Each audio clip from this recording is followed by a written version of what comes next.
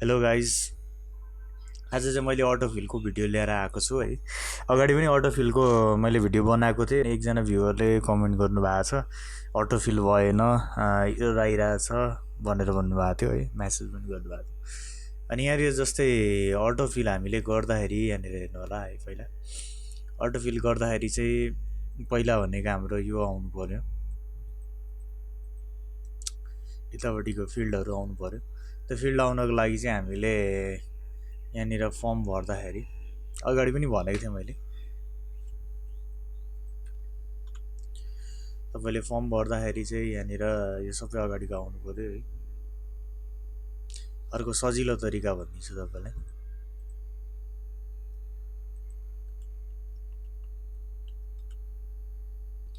अटोफिल चाहिँ तपाईँको मोजिला फायरफक्समा मात्रै नभएर तपाईँको अरूमा नि हुन्छ है, क्रोममा, ब्रेकमा, जुन ब्राउजरमा पनि चल्छ।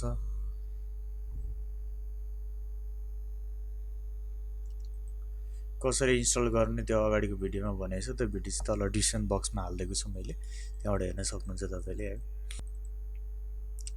यहाँनिर तपाईँले भित्र आइसकेपछि यहाँ क्लिक गरेर यसमा क्लिक गरेर यसरी एक्टिभ गर्न सक्नुहुन्छ है। तपाईँले अब कुनै पनि सुरुमा लगइन गर्दाखेरि पेज यो फर्मभित्र आउँदाखेरि कुनै पनि अटोफिल नहाल्ने, त्यसलाई अनफिल्डमा राखिदिने। अनफिल्डमा हाल्दाखेरि चाहिँ तपाईँको कुनै पनि अटोफिल हुँदैन। यहाँनिर हाल्नुभयो भने चाहिँ यसमा चाहिँ तपाईँको अटोफिल हुन्छ। यो सेलेक्टेड छ, तपाईँको फर्म खोल्नु भने अटोमेटिकली त्यो फिल भइहाल्छ। त्यही भएर त्यसको लागि चाहिँ सुरुमा तपाईँले अनफिल्ड राखेर अनि गर्नुपर्ने हुन्छ। फेरि तपाईँले यो चाहिँ हटाउनु पऱ्यो भने म्यानुअली यसरी नै हटाउनु पर्ने हुन्छ है। जस्तै अटोफिल गर्दाखेरि तपाईँको यहाँनिर अटोफिल गर्दाखेरि तपाईँले यहाँबाट अगाडिको मैले भिडियोमा यहाँबाट यसरी क्रिएट गर्ने भनेर सिकाएको थिएँ। यहाँ जाने, यहाँबाट गएर न्यूमा क्लिक गरेर नाम लेखेर ओके गरेर जेनेरेट गरिदिने। डन भइसकेपछि यहाँ आउँछ भनेर भनेको थिएँ मैले। उहाँकै यो डाटा मैले इम्पोर्ट गर्दाखेरि यहाँनिर ब्ल्याङ्क देखेँ है। सबभन्दा सजिलो लागि एउटा यसरी बनाइसकेपछि तपाईँले एउटा यसरी बनाइसकेपछि के गर्न सकियो भन्दाखेरि यहाँ म्यानेजमा जाने, म्यानेजमा गएर जस्तै एउटा कुनैलाई क्लिक गरेर डुप्लिकेट गरिदियो, डुप्लिकेट गरेर रिनेम गरेर एउटा केही नाम राखिराख्यो। न्यू गरेर मैले नाम राखेँ, यसलाई मुभ टु फर्स्टमा राखेँ, सेभ गरिदिएँ है। त्यसपछि यहाँनिर आयो, यो सबैलाई हटाइदिने। यो भित्रको जुन टेक्स्टहरू छ यो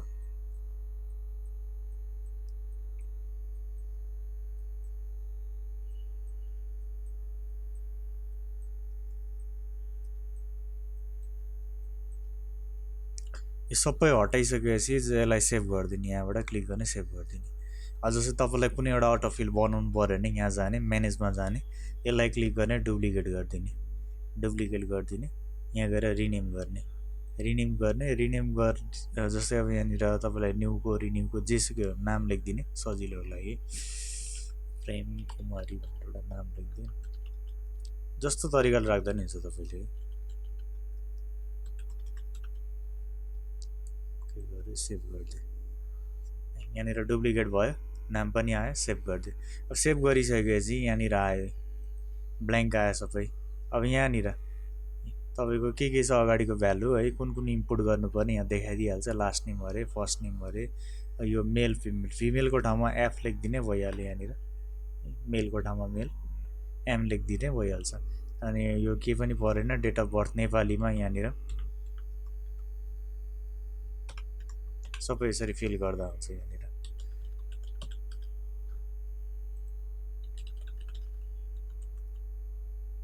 यो के को फिल्ड हो भने यहाँ क्लिक गरेर हेर्दाखेरि फादर लास्ट नेम अरे, यो के को फिल्ड हो क्लिक गर्ने, यहाँनिर अगाडि फर्स्ट नेम हो। यहीँबाट भर्दा हुन्छ क्या, तपाईँले सबै डाइरेक्ट यहीँबाट भरिदिँदा हुन्छ। के को फिल्ड हो यहाँ देखाइहाल्छ है,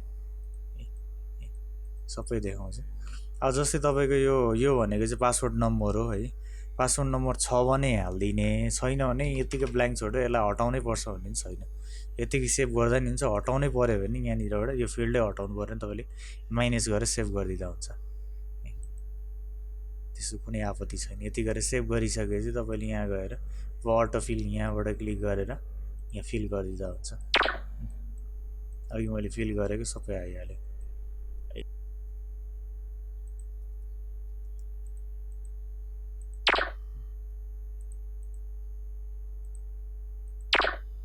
जतिचोटि तपाईँले युज गर्दा नि हुन्छ, यसमा चाहिँ कुनै पनि उयो छैन। यहाँबाट तपाईँले खालि रुल चाहिँ यहाँबाट जेनेरेट गर्नु पर्यो। उताबाट गर्दाखेरि कोही बेला ब्ल्याङ्क आउन सक्छ है। अहिले अटोफिलमा चाहिँ हल्का यो अपडेटको प्रब्लममा छ है, पर्चेस गर्नु भनिरहेको छ। त्यसैले यहाँ भित्रैबाट तपाईँले म्यानेज गरेर क्लिक गरेर यहाँनिर डुप्लिकेट गरेर यहीँबाट गर्दा सजिलो हुन्छ तपाईँलाई। कुनै डिलिट गर्नु पऱ्यो भने क्लिक गरेर डिलिट, यहाँ गएर डिलिट गरिदियो, ओके गरिदियो, यति गरेर सेभ गरिदियो, अनि डिलिट हुन्छ यहाँबाट नाम। यसरी गर्न सक्यो। तपाईँले एक्सपोर्ट इम्पोर्ट गर्नु पर्यो। जस्तै कोहीसँग डाटा छ, उसले हामीलाई डाटा दिन्छ भने यहाँ गएर इम्पोर्टमा जाने। जस्तै मैले यहाँनिर एउटा मसँग मोजिला फायरफक्समा छ,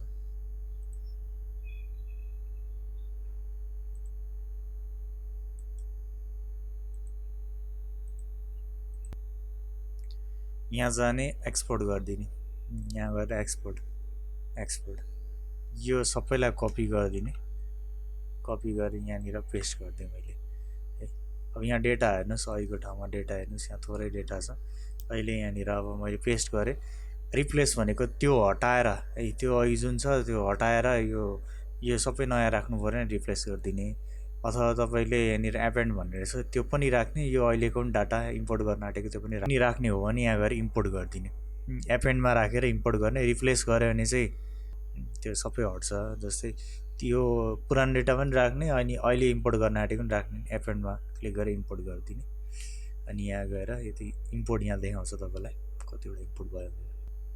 त्यति गरेर यहाँ फर्म फिल्डमा गएर यहाँबाट हेर्न सक्नुहुन्छ। अहिलेको पनि छ, प्लस अरू पनि एड भयो। यस्तोमा तपाईँको यो बुझ्न सक्नुहुन्छ, यो 20 भनेर छ नि, यो चाहिँ फिल्डभित्र छ। यो ब्ल्याङ्क आएको चाहिँ छैन, यसमा चाहिँ केही पनि छैन भित्रपट्टि फिल्डहरू। यति गरेर सेभ गरिदिन सक्नुहुन्छ। सेभ गरिदिइसकेपछि यहाँ गएर अटोफिल गर्न सक्नुभयो। डाइरेक्ट नाम टाइप गर्दा नि हुन्छ। यहाँनिर अगाडि पनि भनेको थिएँ मैले अगाडिको भिडियोमा। तपाईँको यो सजिलोको लागि म तपाईँलाई एउटा ब्ल्याङ्क कोड चाहिँ तपाईँको तल डिस्क्रिप्सन बक्समा हालिदिन्छु, त्यसलाई इम्पोर्ट गरेर गर्न सक्नुहुन्छ।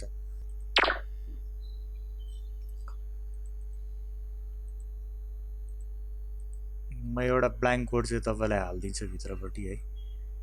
यो न्यूवाला ब्ल्याङ्क कोड तलवटि डिस्क्रिप्सन बक्समा हालिदिन्छु, त्यसलाई तपाईँले कपी गरेर यहाँबाट इम्पोर्ट गर्न सक्नुहुन्छ।